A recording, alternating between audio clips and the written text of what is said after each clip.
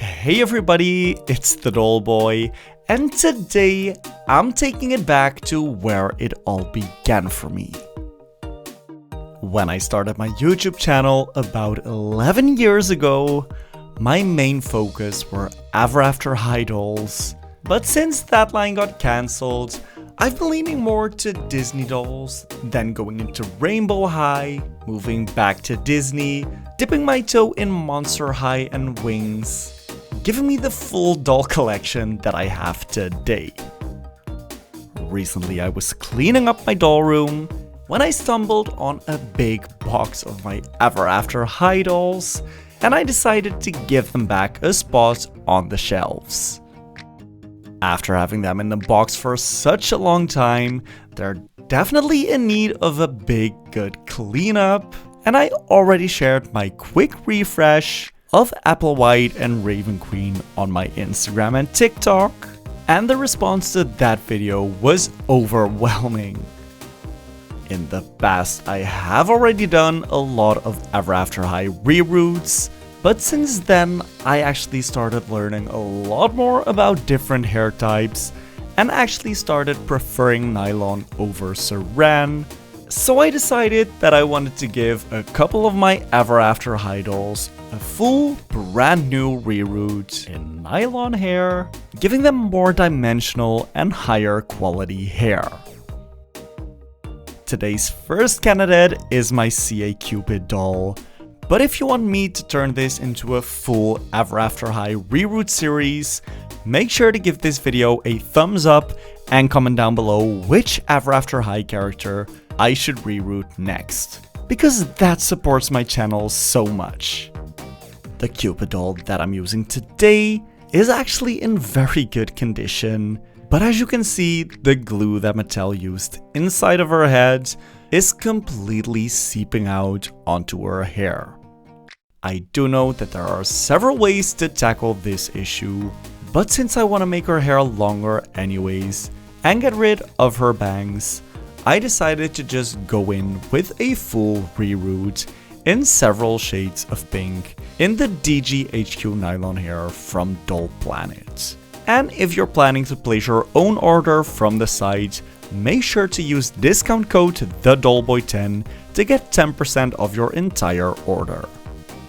For my Cupid reroot, I decided to go with Blossom, Carnation, and Pink Ivory, because I feel like those colors mixed together match her super dimensional webisode pink hair super well. So without further ado, let's just start by chopping off Cupid's hair. I cut the hair as short as I possibly could, and then dipped the head in boiling water to make the plastic a lot softer, to make it easier for me to take the head off the body. This step also softens the glue, which helps a lot with taking out the hair from the inside of the head. For this, I'm taking my forceps pliers and scraping the head from the inside, which pulls those short hairs to the inside, and the super sticky glue along with it. Honestly, this sensation really gave me the chills, because it was such a disgusting sticky mess that I decided to tackle mostly off camera, because it took so much effort to get all the hair out. But after having a fully clean base, I was pretty happy already. However, those holes where her bangs and part line were rooted are a bit thicker than I'd like, so I'm going in with my liquid fusion and adding a layer of that glue on the areas I'm worried about, and spreading that out with my Q-tip to then let it dry for 24 hours. Once that's dry, I prep some thin strands on my table of all 3 shades of pink that I want to place super strategically in a pretty chunky highlight pattern that matches the hairline of Mattel and Heather, because to me, that is such an iconic staple in Ever After High dolls. so I am planning to add similar rooting patterns to most of my Ever After High doll reroots to keep that super cohesive aesthetic. For my color placement, I'm also keeping my inspiration photos from the webisodes near to get the color placement as accurate as I want. To actually root the doll's heads, I go through my regular rooting process where I take one single strand, wrap it around my hand 2 times, pick it up with my reroot tool, and push it into one of the holes in the head. And here you can see that I'm actually starting on the front hairline, rooting on both sides at the same time to ensure that my color blocks are somewhat symmetrical as well. They are not completely identical because I decided to give Cupid a side part, similar to the one she had for the Through the Woods special. And with the hairline done, you can already see how that stripy hairline looks, giving it that really animated effect that I was going for. For the part line, I'm creating a brand new part, so I'm holding a thick needle in my forceps pliers to prick new holes on a part line as I go, adding strands to the new holes in a straight line from front to back. Here I'm mostly using the blossom, with some color blocks of the lighter and darker pinks too, to keep that stripy color palette going. Then after filling it once, it was already looking pretty good, but it's not thick enough to give the coverage on both sides, so I'm going in again, adding another set of these thin strands to each single hole to double the volume of the part line. After doing that, you can drag the pointy end of a point comb through the parts, giving you this super clean result. And after that, you've tackled the hardest part of the reroot, so now it's time to just relax and add more hair until the entire head is full.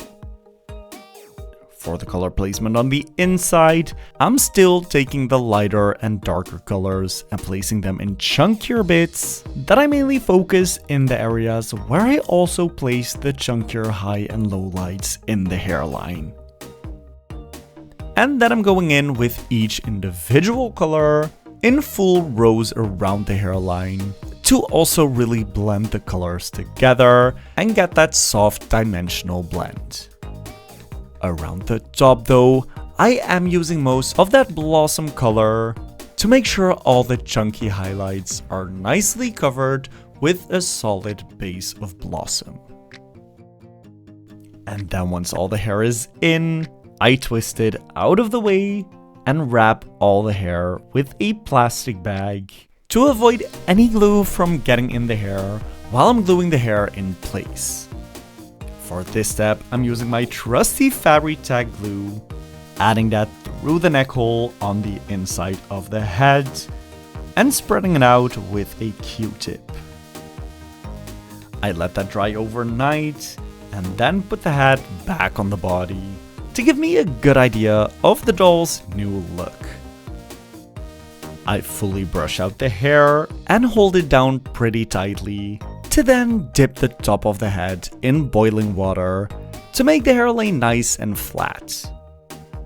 For nylon hair, I prefer not to dip the ends because not all types of nylon handle heat the same way, and I've noticed that dipping the ends is not really necessary for nylon, and some hair types do frizz up when you dip the ends. So for this specific hair type, only dipping the top is all you need. And once the hair is all boil washed and set, I also really wanted to clean up the ends of the hair and give her a slight trim. And for this, it's still easiest for me to just clamp the doll in between my knees and cut the hair in layers, starting at the bottom and working my way up. I started by giving Cupid a straight haircut to define the length that I wanted to keep. And then I went in again to give her some soft layers in the front. And here's a super clear side by side of the difference pre-boil wash and post-boil wash and haircut to show you the big difference that those two steps make. And as my final step, I decided to give Cupid a brand new hairstyle, with the front being pulled back in 2 twists, some golden leaf accessories to play into her Greek goddess aesthetic, and I curled all the hair in different directions to give her that super voluminous curly hair that she also has in the series. And I must say that I'm super happy with how Cupid turned out, and this makes me so much more excited to do more Ever After High reboots in the near future. So again, if you like this video, make sure to give it a thumbs up and comment down below which Ever After High doll you want to see me do a new reroot for. In the meantime, stay up to date with my restyles and see more looks of my reroots on my Instagram and TikTok @TheDollBoy. See you next time!